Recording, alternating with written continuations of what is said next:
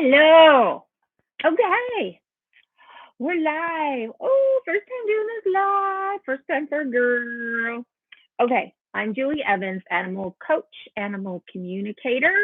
As some of you know, I have the transliteration capacity to hear animals in English, Spanish, and German. Yeah, they pick up their language from us and they're telepathic. Um, and I am telepathic and I'm an empath, so I feel what their bodies feel. Anyway, so this is our week in review of what I've learned and the conversations I've had with animals. This week was a heavy cats week. I think 10 cats. There were 10 different cats. So, anyway, and if you're wondering what my shirt says, it says, Sorry, I wasn't listening. Sorry, I wasn't listening. Favorite shirt. That's because I'm always in my head or I'm talking with carrying on with the animals and I'm not listening to the people. Um, okay, so, and one thing you'll discover about these is that I'm not a salesperson. I have no idea how to sell, as you probably can tell. So you get me as is, period. This week, heavy cats. So we had Leo, who was angry. Ooh, that was an angry cat. Now, Leo, though, comes to find out, came from, I believe, a hoarding situation where there were like 30 cats, and his person there gave him the job. Animals have jobs, okay? They like to have a job. The job of being the boss. He's the boss. So he went to his new home where there's three other cats, and he proceeded to be the boss. And they did not respect him or respond or acknowledge that he was the boss. So he would beat some of them up, you know. And that's why they're skin mama. We got fur babies and skin babies. We got skin mamas and fur babies. So the skin mama hired me to talk to him about this. So we got to the bottom of it, and now he has a new job, which his skin mama came up with, and that's to be the master greeter. He is to greet everybody that comes in. This particular skin mama has a business, so once in a while, people from the business stop by and come into the house with business related things. So it's this cat's now job to do that. And he also requested a specific type of bed, the baby bopper lounger that was recalled for infants, is great for cats. And it's not exactly like a cat bed or a dog bed that you would get at the pet stores, although the cats love this particular baby bopper. So we asked for that. His skin mama got him a different bed that was at a different family members. It's very soft and fuzzy, and then went on maybe Facebook Marketplace, something like that, to look for an infant lounger. Um, and yes, if you are watching this and you do anything and everything for your pet, and you love and adore your pet, and there's more pictures in your phone of your pet than there are of people, this is your tribe. This is where you can let your fur baby mama hair down and just be as joyful and adoring and loving of your pets as you want to be. Send me as many videos or as many comments as you want to be. I probably feel the same thing watching those videos as you do. Like, oh my God, that's so cute. It's so adorable. Oh. So anyway, all four cats in this house ended with being able to sleep in the master bed of the skin human together, at least for a little while. Um, and we had a cat that had passed away also. And so connection, I can also connect and communicate with those that have dropped their body, because now they're spirits without bodies. Before they were beings with bodies. So now they're beings without bodies. Um, how's the cat? Oh, and we got Coco. Coco Skin Mama's got to write a book. Coco was originally in Spain, the country, Spain, and was brought over here with Pina to not Wisconsin, to Illinois in the United States. Now, Coco's been out of his Skin Mama's home for over a year now. He spent last winter in an apartment building that smelled like smoke with a different lady doing his Big Panther work, and they call it Big Panther work. They're helping the humans. They're transmuting our energies, our anxieties, and the cats tell me they piss it out, is what they say. And the dogs say, don't worry, I'll poop it out. So they take on the humans' anxieties, one of their roles. And some do it more than others. Anyway, so is that all the cats? Was there another cat? Well, there's always Nova, you know, little Nova. Well, she's very petite. She's very, very petite, but her presence is huge. Um, so I'm actually going to put Leo up, since he was very angry, he was very frustrated, very angry guy, and he had come from a hoarding situation and was having trouble adjusting to his new, very cushy home. Not exactly trauma clearing. I do whatever spirit calls me to do in those situations.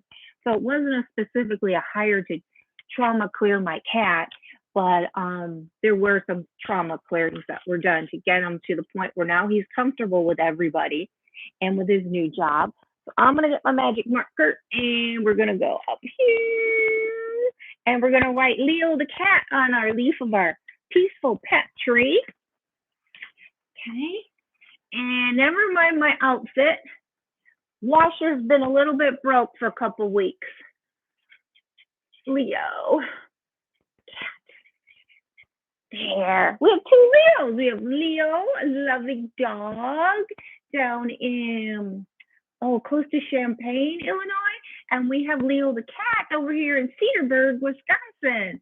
And we got Noodles up in Canada. Oops, just looking at those Noodles who's up in Canada. Edgar, who's over in Boston. Heine and Leo, they live together. And Molly over in Virginia. So we also did talk with Molly. This is what I learned from Molly. Molly, when I check in with her, she'll go, I didn't chew on the house. I didn't chew on the house. So every day I check in with her. Molly's one of my unlimited clients, which means unlimited services for 3 months. So during the holidays, I checked in with Molly every day. And she said it was exhausting because she had people in her house. And she's of the breed that's bird dog or herding or something like that, where they're active. So that's just more people for her to keep track of. And so it was exhausting for her. Now, her skin mama needs to leave the house once in a while, right? And Molly gets anxious. So Molly was chewing on the house. So one day she said, I didn't chew on the house. What I want to do. Like that. Okay. 2 days later, checked in with her. She goes, I maybe chewed on something I might have not should have. Like that. So we drilled down into it. I'm like, that's okay. Tell me what went on. And she showed me a picture of patent leather boots on the floor. So I asked her person. I said, Molly said she maybe chewed on something that she might not have should have.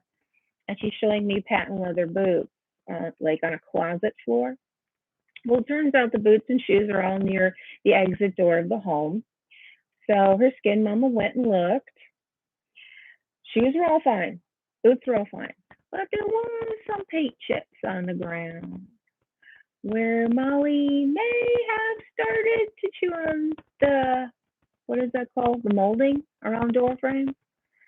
Not too much, just a little bit. But Molly knew that she's not supposed to chew on the house. She's not supposed to chew on the door frame. No chewing on the house. I mean, that's just part of our requirement to live in a house is we don't chew on the house. And then we talked about it further. And here's the thing. I'm like, Molly, aren't you telepathically reading the thoughts of your skin mama when she leaves? And she's like, sometimes, not all the time. So I asked her skin mama, do you shield? Yes. Morning and night. So she's shielding the skin mama, shielding so well that the dog cannot get through with the telepathic capacities. So we shifted that, and the skin mama will try to shield, allowing for beneficial Molly to see in, to get in. And we said beneficial Molly because Molly could have entities attached to her that weren't beneficial. So you don't just want to give a name. Anyway, and like I said, I'm a practitioner, access consciousness, studied quite a lot with them, continue to study every single day, have over 600 body process clearings available to me, dealt with entities, all of that. My son is 28. He has severe autism. So I was doing this 26 years ago already, developing that telepathic ability because he was unable to speak. So I basically spoke for him then what was in his head, and then he would calm down and the meltdown would cease. So those of you that shield, you might want to leave that opening for your beneficial animal so they can read where you are when you're away from them. And that's very important to them. It gives the sensation, think of the sensation of your lover, okay? And it's cell phones, and you've got something to share with your lover. And you go to call, you want to call for whatever reason you want to call. And it goes straight to voicemail, meaning the phone's been turned off or something. That sensation, that feeling that you get that you're now disconnected and you cannot reach your lover. It didn't ring like 5 times and then go to voicemail where maybe they weren't near it. It's like the phone is shut off, and that sensation, that's what some of these dogs get when you leave them and you've shielded and they can't read your thoughts. They're like, I'm not connected to one of my pack members. My pack is everything. Without a pack, it means death. The pack member can beat them, can maim them, but as long as they stay connected, it's not the end of the world. When the disconnect occurs, that's when it's the end of the world for the animal, and the anxiety goes, and you get them trying to chew through your door to get out so they can run and find you and sniff you down because they can't see you. They got to use their sense of smell, but they got to get past the door and the walls of the house first, so they will chew them if required. Okay, so we're at like 12 minutes that I talked. So I was going to tell you about Nellie. Nellie went to the groomer. Nellie's like 80 pounds. Herder, pit bull, yellow lab mix. Okay, slightest thing, but muscular. Oh my God.